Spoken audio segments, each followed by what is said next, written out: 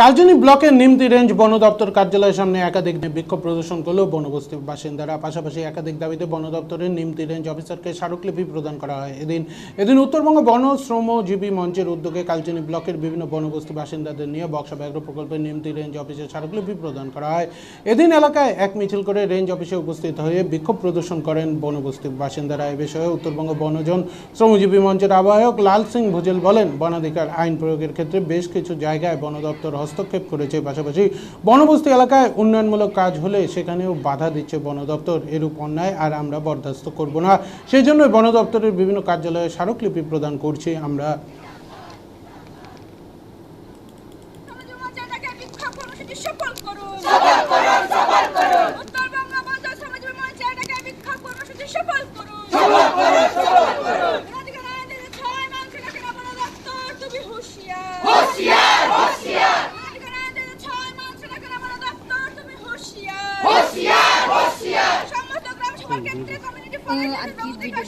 করতে হবে।